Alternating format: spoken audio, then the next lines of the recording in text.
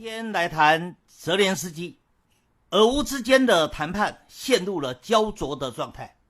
而俄罗斯的战火也升高了。面对哈尔科夫、马里乌波尔还有敖德萨，另外呢，像基辅的火力都大大的增强，甚至俄罗斯的导弹、俄罗斯的战机、俄罗斯的炮火也开始对准了西乌，尤其利沃夫许多的重要的军事基地也受到了火力的攻击。而很巧妙的是，这个时候西方的媒体对泽连斯基的态度也有了很大的变化。我把西方媒体对泽连斯基的态度大概分成3个阶段来说吧。先来谈第一个阶段，就是在2月24号俄乌战争爆发了。那个时候的西方媒体简直把泽连斯基捧上了天，都称泽连斯基是个了不起的英雄人物，带领着乌克兰来对抗入侵的俄罗斯的军队。甚至那个时候美国前联邦检察官戈尔曼都在推特上发文说，泽连斯基激励了、感动了所有的人，还说他叫做高级的英雄主义者。而那时候泽连斯基呢，在被吹捧到，也真的把自己当成那个英雄人物了。那时候他有他的如意算盘，他认为可以趁着这一股热潮，让乌克兰顺利的加入北约，加入了欧盟，然后就可以得到美国及西方世界的大量的援助，甚至呢，连美国西方北约的军事力量也可以进入了乌克兰，甚至幻想他能够打败俄罗斯，能够让普京屈服。在种种的自己英雄化、自我膨胀之下，泽连斯基当时的声望确确实实达到了一个高点。可是很快的进入了第2个阶段，俄乌的战争似乎有了一个要打持久战的态势，而俄乌之间的谈判也迟迟的没有办法有所进展。这时候泽连斯基的心中开始焦虑，他一方面对各种可以让他表演的机会，他不遗余力的表演，展现他的英雄主义，充分发挥他一个职业演员的能耐。但是另一方面，他也知道必须要说服美国和北约赶快派军队来援救乌克兰，而且赶快让乌克兰加入北约、加入欧盟，否则后果不堪设想。可是他的所有的如意算盘都没有如愿。美国跟北约，尤其像拜登、布林肯还有几位西方的大咖，都很明白地表示不可能派军队到乌克兰，因为他们不愿意跟俄罗斯正面交战。万一引起了核战，万一引起了第3次世界大战，谁都撑不起这一个全球性的浩劫。而至于乌克兰想加入北约，完全是个梦想。那乌克兰想加入欧盟，表面上欧盟客客气气的接受了申请书，但是其实就欧盟的定的门槛，乌克兰是加入不了的。连后来泽连斯基要求北约能够在乌克兰的领空能够设定为禁航区，都没有得到北约的同意。而且乌克兰的空军几乎打光了，海军也打光了。这时候泽连斯基求爷爷告奶奶，希望美国跟北约能够提供乌克兰战机。美国好不容易找到了一个来源，要波兰把他拥有的米格29把它送给乌克兰，然后用 F-16 的战机来提供给波兰，以作为交换。可是波兰没那么傻，他一旦把战机送给了乌克兰，那就会引火烧身，就会引起俄罗斯的攻击，对他来说得不偿失。所以波兰采取了一个投机的做法，他要美国自己来波兰把飞机开走，开到乌克兰，或者是波兰把飞机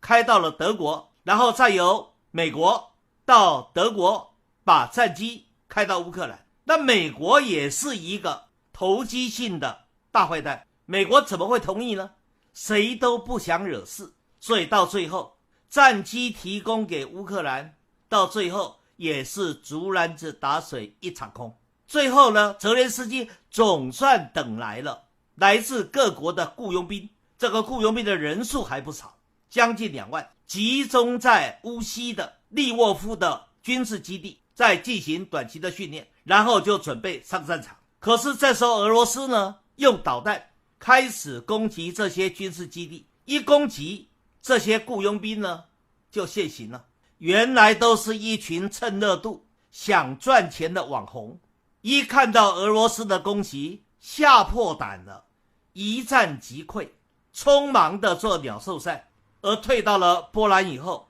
还不断的发表不利于乌克兰的发言，这都让泽连斯基头痛的不得了。人就是这个样子，你得意的时候人家捧你，而你开始由得意的高峰往下掉的时候，就开始很多人落井下石了。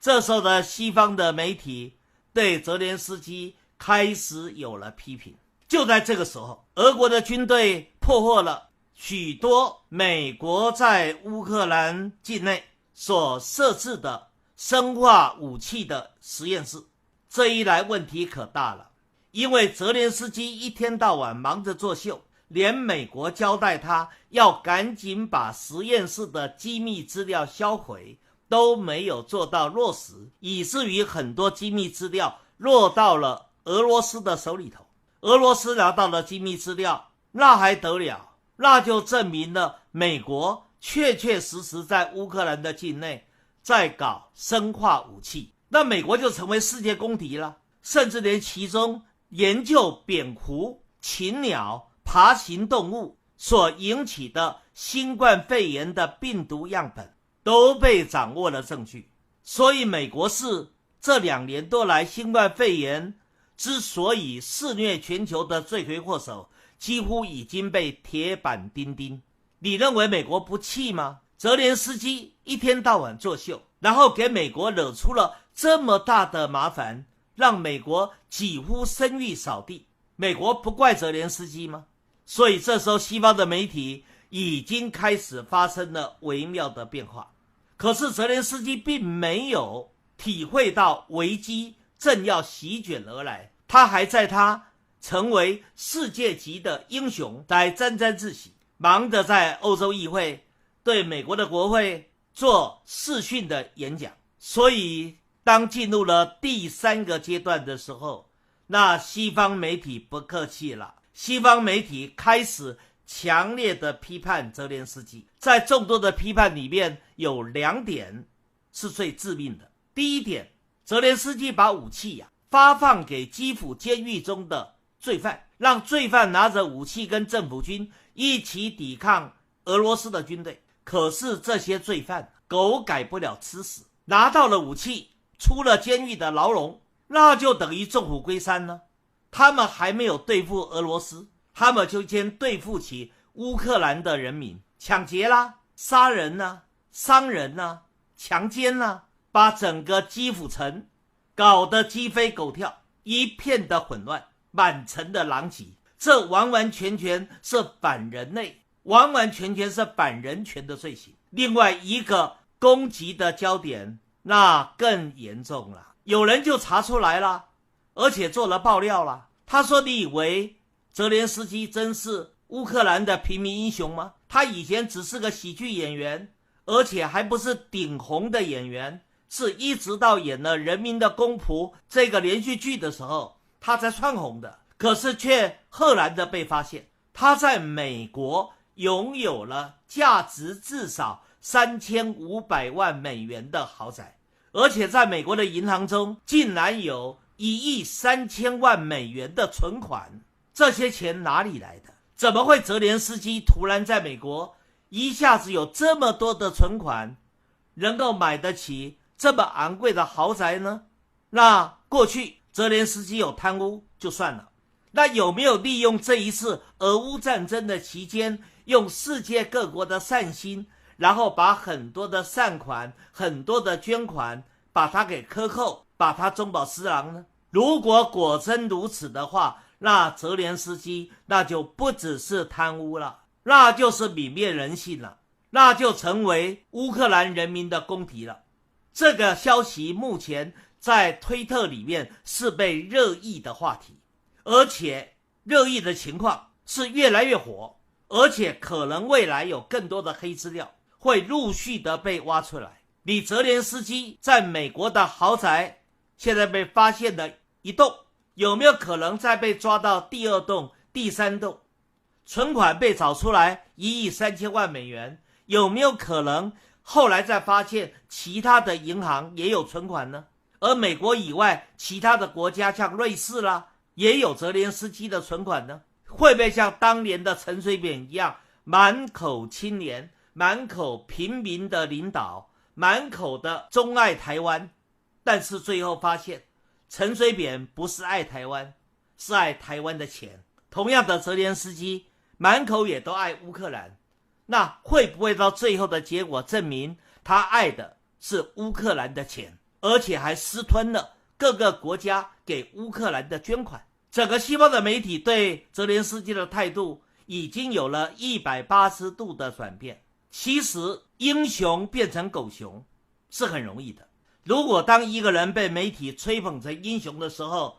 他见好就收，他可以成为永恒的英雄。可是如果他不知自立，不知自我收敛，他反而自我膨胀，忘了我是谁，甚至还利用在英雄神坛上面来中饱私囊，来聚敛钱财，那么这时候从神坛坠下变成狗熊，变成过街老鼠，那是可以被预期的。现在美国对泽连斯基的态度也有变化了。一则美国劝泽连斯基说，你就逃亡吧，你就逃到波兰吧，美国建立流亡政府，你就听美国的话，领导流亡政府来对抗乌克兰新政府吧，来对抗俄罗斯吧。